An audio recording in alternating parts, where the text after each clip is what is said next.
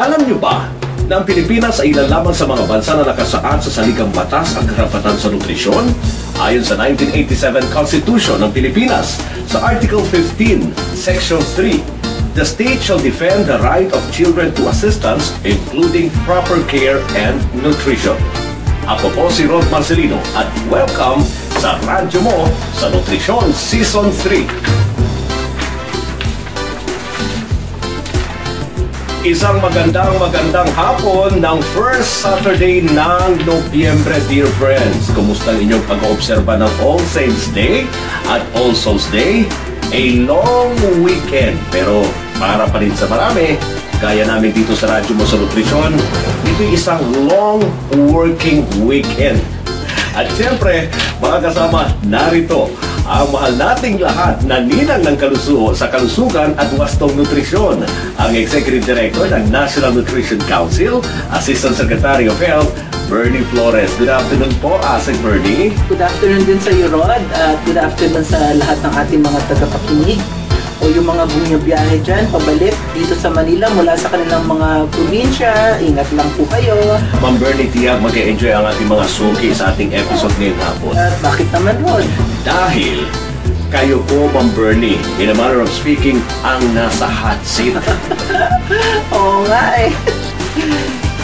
In fairness, ma'am, dapat din malaman ng ating mga kababayan kung ano naman ang mga aktibidad mismo ng National Nutrition Council sa pagtataguyod ng kalusugan at wastong nutrisyon ng mga Pinoy. At before we begin, remind ko kayo, dear friends, na kung nais ninyong pakinggan muli ang episode natin today at mga nakaraan, log on lang po sa www.youtube.com/radyo mo sa nutrisyon. At syempre, Rod, pwede rin nila tayong maging friends sa Facebook. Punta lang po kayo sa facebook.com/radyo mo sa nutrisyon at i-follow din kami sa twitter.com/radyo nutrisyon. Okay mga kasama, bigyan ko kayo ng background. Ang National Nutrition Council po o NNC, ang ahensya ng pamahalaan na bumabalangkas ng mga polisiya at programa hinggil sa nutrisyon at nagko-coordinate po ng implementasyon ng mga ito sa buong bansa. At ang ating Ninang Bernie ang pinuno nito mga kasama. Okay ba mo, Bernie? Okay. Alright. Sabi mo na eh. Diretso po tayo sa ating question and answer. Okay, sige. At tayo sa ating talakayan. Gaya ng sinasabi ko nga kanina, ang nasa hot seat ngayon, ang ating host ng programa. Ma'am, gaano na ba katagal po ang NNC? At ano po yung mandate at layunin nito, ma'am? Matanda na rin ang NNC. Actually, 38 years old na this year ang National Nutrition Council, Rod. At ito ay pinanganak noong June 25, 1974 sa bisa ng Presidential Decree 491 o tinatawag nating Nutrition Act of the Philippines, nang idineklara na ang nutrisyon ay isang prioridad ng pamahalaan na ipapatupad ng mga ahensya at maging ng mga pamahalang lokal. At nung create ang National Nutrition Council, apat yung kanyang mandato. Unang-una, mag-formulate o magbalangkas ng national policy tungkol sa nutrisyon, pati na rin yung mga pamamaraan paano i-address ang problema ng malnutrition. Tapos, once meron na ng polisiya, ay i-coordinate din yung pag-implementar ng programa ng mga national government agencies at ng pamahalang lokal. Kasi mas maraming mga programa sa nutrition ang pinapatupad, binabudgetan at pinapatupad ng mga pamahalang lokal. Meron din kaming mandato na mag-coordinate ng release ng mga funds at paggamit ng funds para sa nutrition. At yung pang-apat na mandato ng National Nutrition Council ay napaka-importante sapagkat pwedeng humingi ng tulong ang National Nutrition Council kahit sa kaninong instrumentality ng pamahalaan. Ng tulong niya, whether tao, whether resources, whether new information, mga ganun. Basta sasabihin lang namin, gagamitin lang namin na basehan ay yung batas na nag-create ng National Nutrition Council. over the years, nadagdagan din yung mandato ng National Nutrition Council. Nag-depend yun sa mga bagong batas. Gaya nung nagkaroon tayo ng batas tungkol sa salt iodization, yung pagdagdag ng iodine sa ating ginagamit na asin para ma-address natin ang problema sa kakulangan ng iodo or iodine sa ating mga kinakain pagkain na nakaka-apekto naman sa ating mental at saka physical development. Ang batas na yan ay RA 8172, ay binigay din sa National Nutrition Council yung responsibilidad na ayusin yung tingnan kung kailangan pa yung continued mandatory salt iodization. Nung 2000 ay nagpasa rin ng batas RA 8976. Ito naman yung mandatory food fortification, pagdagdag naman ng mga kulang na mga nutrients dito sa ating mga tinatawag na staples, gaya ng iron sa bigas, vitamin A sa cooking oil at saka sa flour, gayon din ng iron sa flour. Binigay din ang responsibilidad pag-determine kung kailangan pang ipagpatuloy yung mandatory food fortification dito sa ating National Nutrition Council. Ang National Nutrition Council din ay binigyan ng responsibilidad na maging lead agency para yung achievement, yung ating commitment sa Millennium Development Goals, particularly sa hunger and malnutrition, ay maisakatuparan. So lead agency din ang National Nutrition Council dyan. At lastly, nitong nakaraang administration ay binigyan ng oversight function ang National Nutrition Council dito sa malawakang programa para tugunan ang gutom at malnutrition sa bansa. So medyo dumadami over the years yung aming responsibilidad. Malaki pala yung responsibilidad ng MNC, Ma'am Bernie, sa pagtataguyo ng tamang nutrisyon sa taong bayan. At ang National Nutrition Council, madagdag ko rin naman, Rod, ay hindi naman iisang ahensya lang kami, kundi yan ay 10 ahensya ng pamahalaan na may mga inherent functions, halimbawa sa pagkain. Ang member ng National Nutrition Council ay ang Department of Agriculture. Sa kalusugan naman ang Department of Health, at siya nga rin ang chair ngayon ng governing board.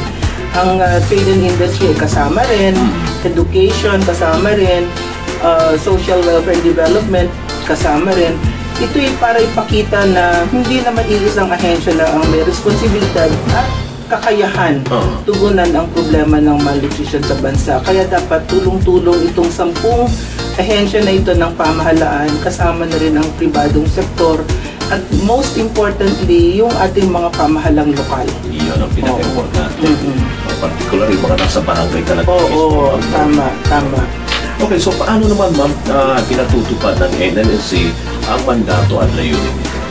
Okay, dun sa unang-una, ang any polisiya, kahit na anong polisiya, kailangan dumaan dito sa sistema ng pagpapa-adapt ng policy sa National Nutrition Council. So, unang-una ay kailangan balangkasin, tapos aakyat yan sa mga clearance or vetting procedures hanggang makarating at mai-issue nga ng National Nutrition Council Governing Board. Pinagmimitingan yan, halimbawa, yung polisiya natin na pag-approve ng Philippine Plan of Action for Nutrition, dumaan yan sa ating governing board, in-approve. Yung OPT Plus, ibig sabihin hindi lamang titimbangin ng mga bata, kundi kukunin na rin ang kanilang mga height, kasi mas indicative ng malnutrition itong ating tangkad o height. Yung pag-adapt natin ng child growth standards, yan din na in-approve. Yung pag-adapt natin ng nutritional guidelines for Filipinos, yan din na ina-approve. So lahat ng mga pulisiya ay ina-adapt muna ng National Nutrition Council, Governing Board, at saka yan i-disseminate para i-adapt naman at isakatuparan naman ng mga pamahalang lokal. Tapos, syempre, kailangan mag-coordinate tayo with partner agencies kasi ang approach natin, hindi nga kaya ng isang ahensya yan. So, meron tayong multi-sectoral approach at saka multi-level. Mula sa barangay hanggang, sabi mo kanina, hanggang barangay dapat talaga ipatupad. So, mulang barangay, lungsod, munisipyo, province, lalawigan, region hanggang national. Tapos malawak din, ibig sabihin marami rin kasamang mga hindi lamang ahensya ng gobyerno kundi pati akademya, yung research organizations, non-government organizations at international organizations to name a few. Tapos targeted din yung ating sistema. Hindi pwede kasi posible na yung isang intervention ay hindi pwedeng ipatupad sa buong Pilipinas, kaya kailangan unahin yung mga mas nangangailangan. Correct. So meron tayo road ng sistema to target. Tapos meron din syempre tayo ng kailangan ikukumbinsi din natin yung mga ibang stakeholders natin, kaya malaki ring para ipatupad natin ang programang napakalawak at lalim ay kailangan mo ng advocacy and promotion. So pinapatupad din yan. Of course, meron tayong paraan para itasa kung sana ba yung programa, ano na bang narating niya. So meron tayong monitoring and evaluation. Kung may resulta na ba? Kung may resulta na, meron tayong in place na evaluation or surveys na nagsasabi kung gumaganda ang sitwasyon natin o pumapangit. Tapos meron din tayo ng recognition din at saka yung parang formal recognition dun sa mga outstanding naman ang performance na local governments at saka mga workers natin. Siyempre, patuloy yung kanilang pagsasanay, capacity building na sinasagawa rin hindi lamang ng National Nutrition Council, kundi maraming mga ahensya na bawat programang bago kailangan ipaalam at saka i-train yung mga magpapa-implement ng programang ito. Halimbawa, kung merong kailangan sa PhilHealth o kaya sa Departamento ng Kalusugan na nakaangkas dyan ang nutrition, kailangan i-retrain muna yung mga tao magpapatupad. So, continuing din yung sistemang yun. At lastly, yung nutrition education or pagbabago ng behavior ng ating mga mamamayan para sa mas positibong behaviors or practices, ito'y pinapatupad naman ng National Nutrition Council through unang-una yung interpersonal communication at saka mass media. Yan, kaya ganitong kagaya nitong ating programa to disseminate not only to disseminate but to disseminate it faster to more people. Kasi kung iisa-isahin mo nga naman yan, kahit na ilang libo pang teams ang i-create natin, eh hindi rin kakayanin. Correct. Oo, kaya we rely many times dito sa ating multimedia at saka sa internet. Yan ang mga pagpapatupad ng NNC ng mandato at layunin ng National Nutrition Council. So marami palang kaakibat sa NNC. And I think hindi lang ito obligasyon ng NNC, di ba ma'am? Kundi obligasyon ng bawat Pilipino para maisakatuparan yung pagkakaroon ng tamang nutrisyon. Oo, tama ka dyan. Oo, hindi naman responsibilidad ng pamahalaan yung sabihin sa iyo kung ano kung paano maalagaan ang sarili mong katawan at ang iyong kalusugan. Siyempre, ikaw rin mismo ay responsable na kasi nasabi na nga halimbawa na masama sa iyo ang ganitong pagkain, di wag mo lang kainin. Or kaya, bawasan mo yung pagkain ng gano'n. Alright. Now, kanina ba nabanggit niyo yung responsibilidad ng NNC ngayon naman sa programa naman po na meron po ang NNC sa kasalukuyan. But before nyo po sagutin ang aking tanong, abay mga kasama, tayo po'y maghahanap buhay muna. At sa dami po ng tanong ko kay Asin Bernie tungkol sa National Nutrition Council, mag-break muna tayo. Special ang ating text question of the day. Wala tayong tanong. Mamibigay tayo agad ng 6 na tig 50 pesos loan sa 6 na lucky at regular listeners natin sa programa via raffle. Okay? So, medyo iba po yung sistema ng ating pagbibigay ng loan ngayong hapon, mga kasama. Alright, so 6 ang mananalo ng tig 50 pesos loan. At ang 6 na mabibigyan po mga kasama, matatanggap ng tig 50 pesos loan ay Ano na ba? I-announce Oo. ba natin, ma'am? Pwede Sige. na. Okay, sige. Congratulations to Lawrence Marcos from Lagawe, Ifugao. Wow. Okay, Oo, Ifugao. Cordillera Region. Evelyn Soriano. Ito naman, malapit-lapit lang, ma'am. From Novaliches, Quezon City. At ang pangatlong winner naman ng 50 pesos load, si Gary Tan from Mindanao, Iligan City, ma'am. Wow. Umaabot pala tayo hanggang Iligan. Robert Lopez naman, ang ating pang-apat na winner from Batanes. Aha. Wow. Batanes.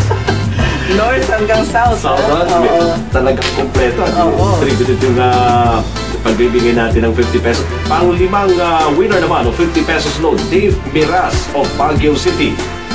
Cordillera ulit. And our last winner of 50 pesos load ay from Visayas, Iloilo City. Si Maricar Delgado. O, ang ganda naman. Well represented pala ang ating... Mula Luzon, Visayas at Mindanao, may winners tayo. Congratulations sa inyong anim. Ayan, mga kasama, magbabalik po ang radyo mo sa nutrisyon. Okay mga kasama, nagpapatuloy po ang radyo mo sa nutrisyon at ang ating kinakapanayam ay ang Nutrition Ninang ng Bansa at pinuno po ng National Nutrition Council, Assistant Secretary of Health, Bernie Flores. Okay, ma'am, magandang hapon ulit. Oo, good afternoon ulit sa Yerod at sa lahat ng ating mga tagapakinig. Okay, balikan ko lang po yung naiwan kong tanong kanina. Mahirap pala maging... Mahirap din pala ma-hot seat, ano, Rod? Kaya, Sige. kinakabahan ba kayo, ma'am? Hindi naman. Ay, hindi naman.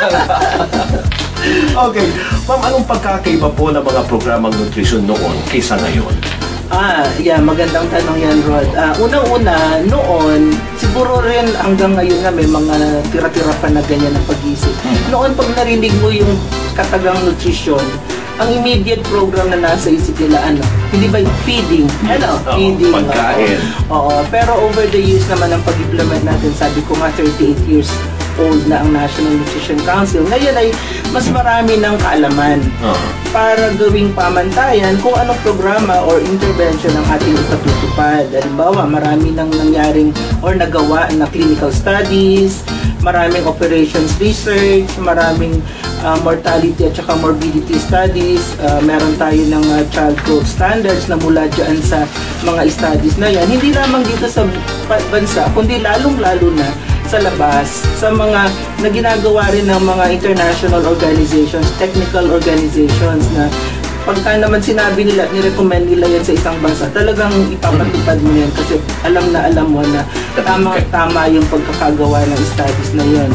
Tapos, mas robust na ngayon ang ating mga processes sa planning, sa progress monitoring, dito sa ating impact evaluation, pati dun sa pakikipag-ugnayan natin sa legislature, may mga proseso rin yan eh.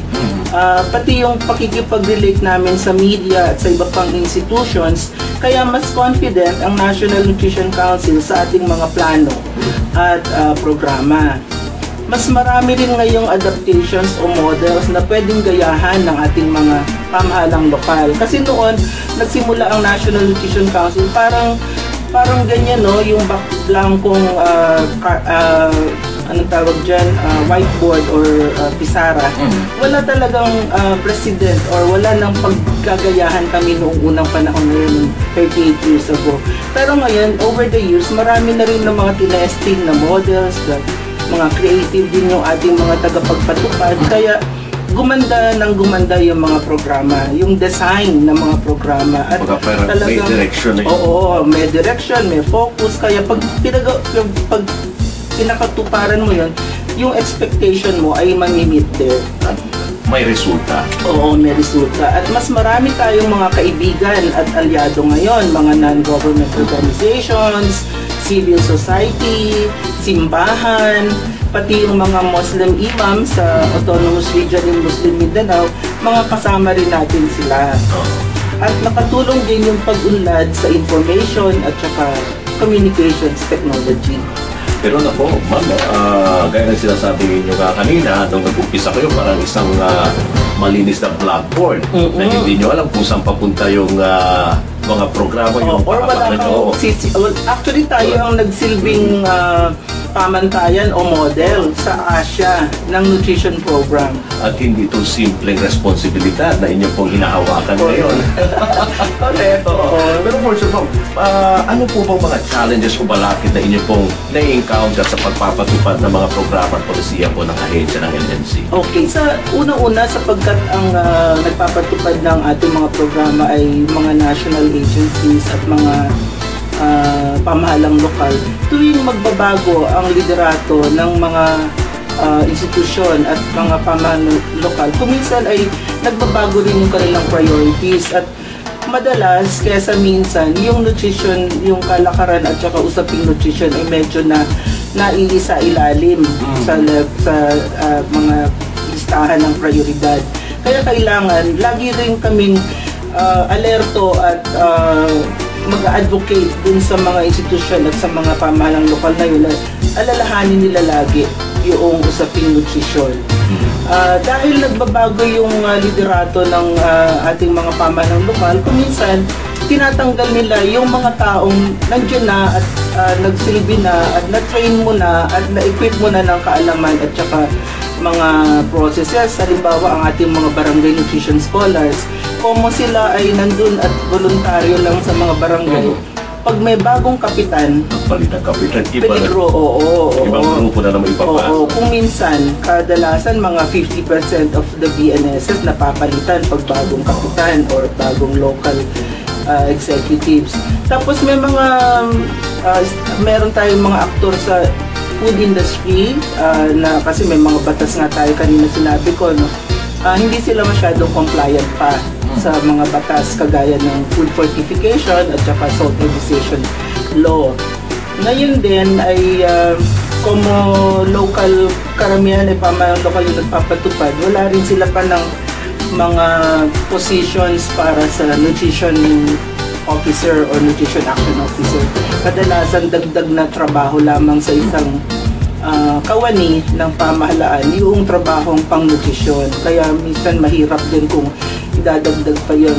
So maganda sana kung mag-create sila ng posisyon o kaya mag-hire sila ng tao specifically for nutrition.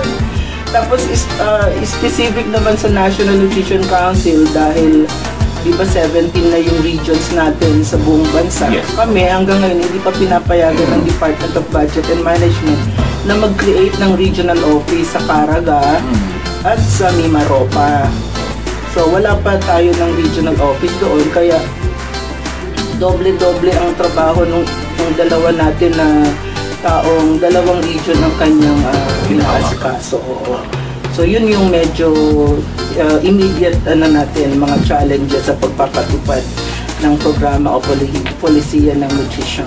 Okay, in 5 years, sa susunod na 5 taon, ma'am, ano po yung direksyon ng National Nutrition Council?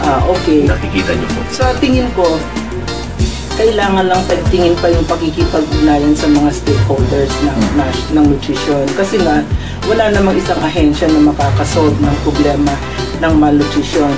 So, sa pakikipag-ugnayan namin sa pamahalang lokal, kasi may bagong mga executive yan by 2013 sa mga kawani rin at sa mga barangay nutrition scholars, kailangan pa itingin pa rin yun.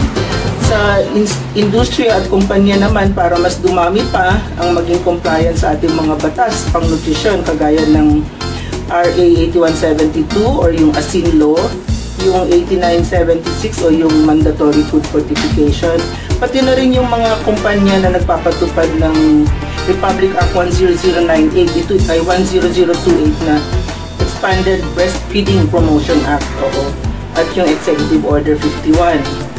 Siyempre, kailangan din pagtingin din yung pakikipag-ugnayan namin sa ibang ahensya ng pamahalaan para sila mismo ay maglaan ng pondo at magsagawa ng mga programang may kaugnayan at magre-resulta sa pag-angat ng kalagayang pang-nutrisyon ng ating bansa.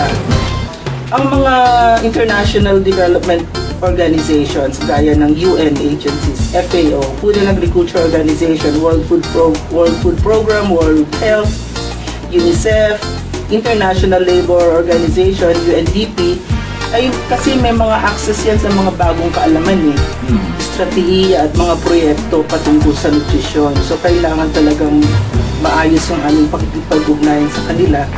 At higit sa lahat, palawakin pa yung tamang kaalaman at gawaing pagnutrisyon ng bawat Pinoy sa bansa. Sa mga paraang ito ay makakakontribute ang NNC sa pag-achieve ng mga adhikain ng ating pamahalaan, kasama na yung kalusugan at kaunlaran ng ating bansa. Kaya nga, isa ito mga kasama sa mga paraan yung programa nating Radyo Mo sa Nutrisyon. Correct. Para bigyan ng sapat na kaalaman yung bawat Pilipino tungkol sa wastong nutrisyon. Oo. So, Rod, maraming salamat dito sa opportunity na ginawa natin na binigyan din natin ng pagkakataon na explain ano ba ang trabaho ng National Nutrition Council. At bago tayo magtapos sa episode na ito, gusto kong i-emphasize na nananatiling hamon sa pagsulong ng kapakanan ng taong bayan ang malnutrisyon at gutom. Ang mga magkatuwang na polisiya at aksyon ng pamahalaan at ng pribadong sektor ay critical upang ating makamit ang seguridad sa nutrisyon. Ang malnutrition kasi ay isang solvable problem na sa ating pagtutulungan ay maiwawaksi upang ang ating mga kababayan ay mabuhay ng matagal, malusog at produktibo. Well said, Ma'am Bertie. Tiyak marami pong makikinig sa ating episode today at iparirinig din sa iba, ma'am. Okay. Mga kasama, maraming salamat po sa inyong patuloy na pagtangkilik sa Radyo Mo sa Nutrisyon. At salamat din po sa inyo mga dear listeners sa laging pakikinig sa amin dito sa DZXL 558 kHz at panonood sa www.rmnnews.com/tv.